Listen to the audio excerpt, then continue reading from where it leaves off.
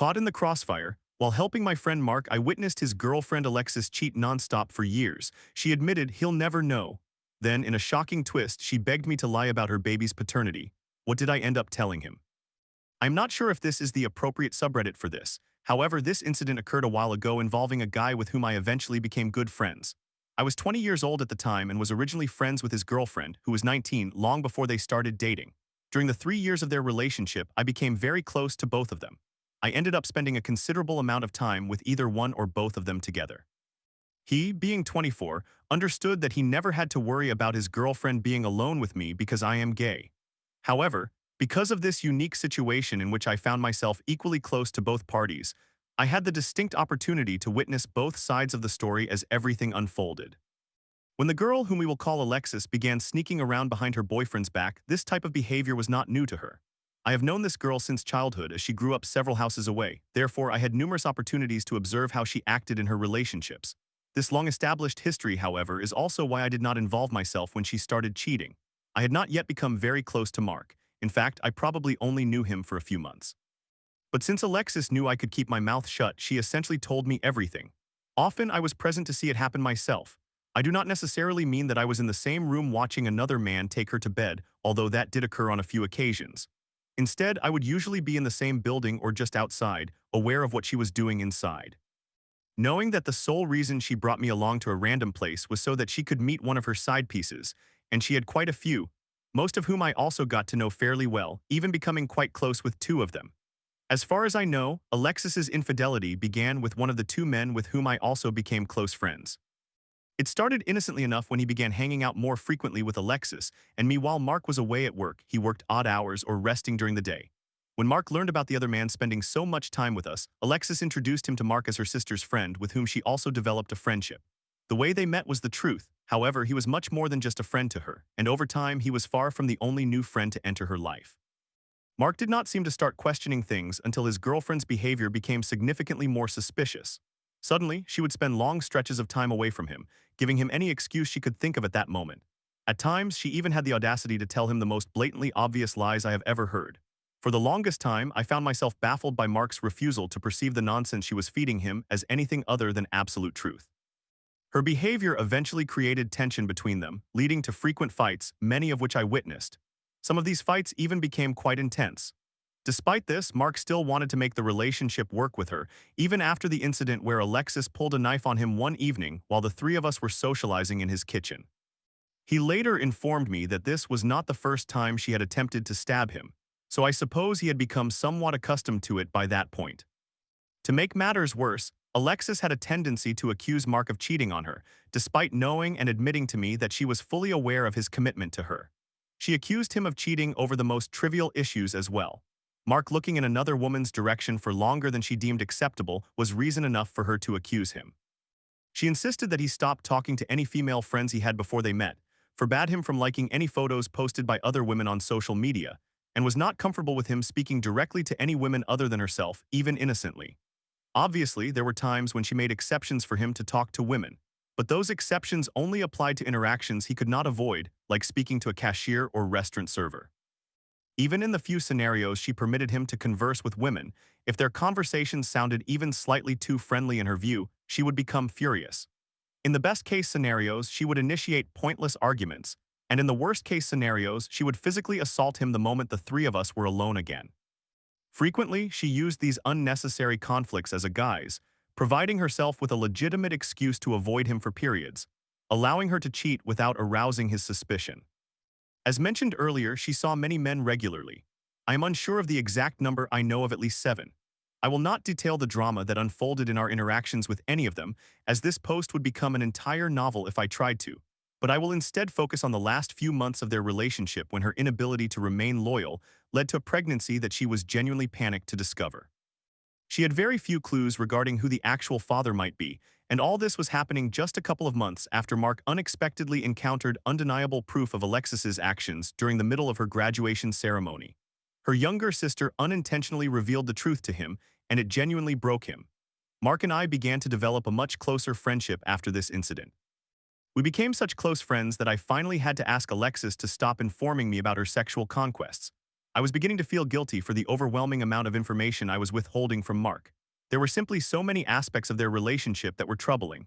She could cheat but felt entitled to his loyalty.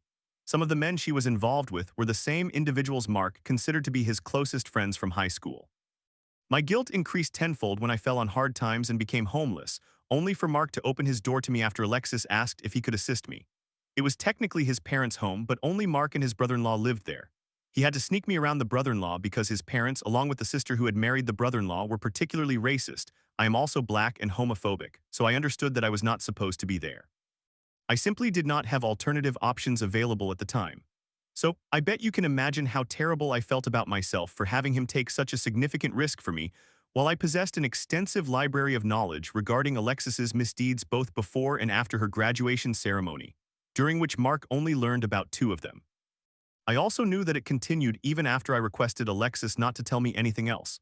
While she agreed to stop divulging information, she instead found ways to indirectly inform me or made it so obvious that I had no doubts about her actions. What prevented me from ever saying anything was the length of time I had known Alexis. She had become almost like a sister to me, and at that time she had always treated me well. She did not exhibit any of the same toxic behaviors in her friendships that she shamefully displayed in her relationships, which has since changed, or I would not even be writing this. However, as I became closer friends with Mark, being essentially her only confidant was becoming an increasingly difficult role to maintain. The burden of bearing a growing list of all her betrayals was simply becoming more than I could handle. I thought I had made that clear to her when I requested to be left ignorant regarding certain matters. So just imagine my surprise on the day she learned of her pregnancy when she insisted that I had to tell Mark that the baby was his because she knew he would actually listen to me. You see, she did not just want Mark to be the father. She needed him to be because he was undoubtedly the best candidate among everyone she was seeing. Yes, Mark lived in his parents' house, but it was by choice, not necessity. He had a stable job and income, and he was still attempting to make things work with her even after he discovered that she had cheated on him multiple times with multiple men. However, above all else, what truly appealed to her was the fact that Mark's family had money. All the other potential fathers had major issues that Mark did not, ultimately preventing her from believing they would be suitable fathers for her baby. They were either equally unfaithful as she was, broke on heroin, a few were felons, one was underage. Along with many other traits, she was not seeking in a father for her child. She genuinely expected me to lie to his face about something that would have changed his entire life. I could not believe how far she was willing to go with her deception, and she and I ended up in a heated argument. When I finally talked to Mark, I did not reveal anything that I knew he did not already know I could have, but I was still quite conflicted about the entire situation. What I told him was to only sign the birth certificate after they conducted a DNA test. Advice he seemed unsure about at the time but later expressed gratitude for, as the baby truly was not his big surprise indeed. Their relationship eventually ended, Mark moved to another state, and he and I lost contact for several years. I have spoken to him since then. This all occurred about 10 years ago, and he seems to be doing much better. He has repeatedly thanked me for the solid advice I provided him that evening, as I guess his ex came very close to actually manipulating him into signing away 18 years of his life. I honestly felt that I owed him at least that since he helped me during my time of need, and because I knew the ugly truth about his ex the entire time. He was always aware that I probably knew far more than I was letting on. However, he also understood the uncomfortable position I was in back then and fortunately never held it against me after everything was revealed. Story 2. Forgiving my boyfriend for cheating was a roller coaster. I couldn't control my actions, he admitted through tears. Now, as we navigate his abandonment issues together, I wonder, can love really heal all wounds? Am I risking my heart by staying? This is going to be a bit of a long story, so I apologize in advance. I have been in a toxic 3-year relationship in the past, which has left me with significant trust issues that I am still working to overcome.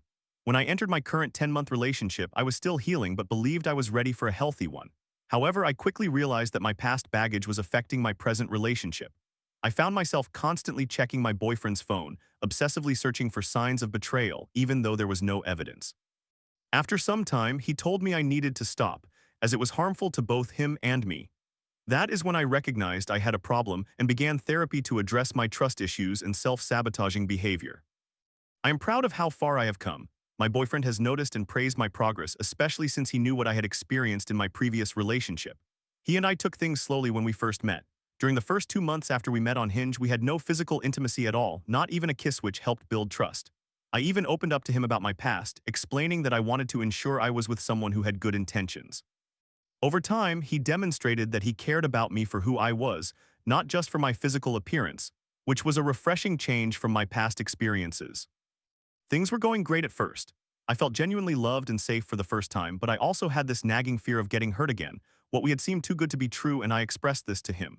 Before I started therapy, there was a day when I felt so loved by him that I began to cry, telling him how scared I was of experiencing heartbreak again, especially so soon after my previous relationship, as I did not believe I was healed enough to be in a healthy relationship. After hearing me say this, he began crying and experienced a full-blown anxiety attack, the first of many that I would witness from him.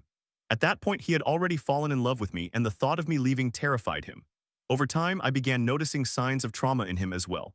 He struggled to open up about it, often becoming overwhelmed and experiencing anxiety attacks when he attempted to do so. I felt in the dark for much of our relationship, unsure of how to help him.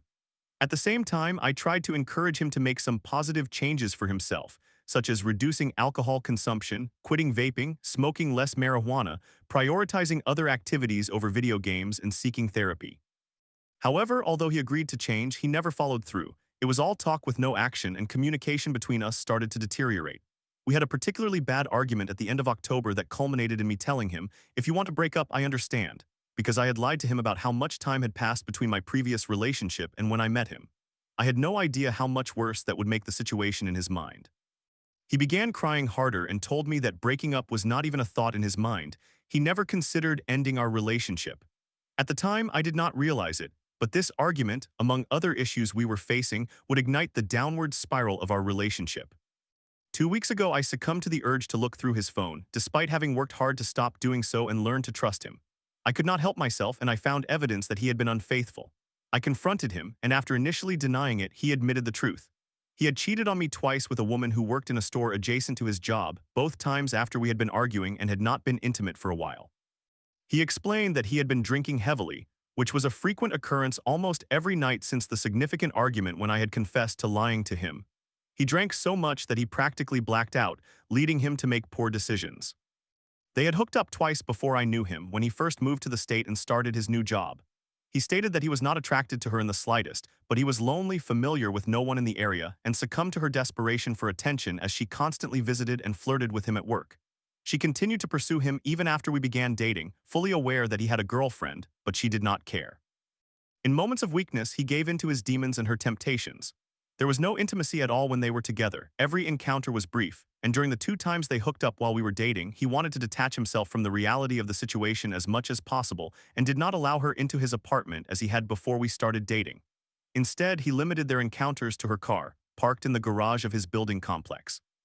He told me he had no idea why he did it, that he did not want to cheat, but felt he had no control over his actions and was deeply disgusted by what he had done, even vomiting afterward. What followed was an emotional breakdown for both of us.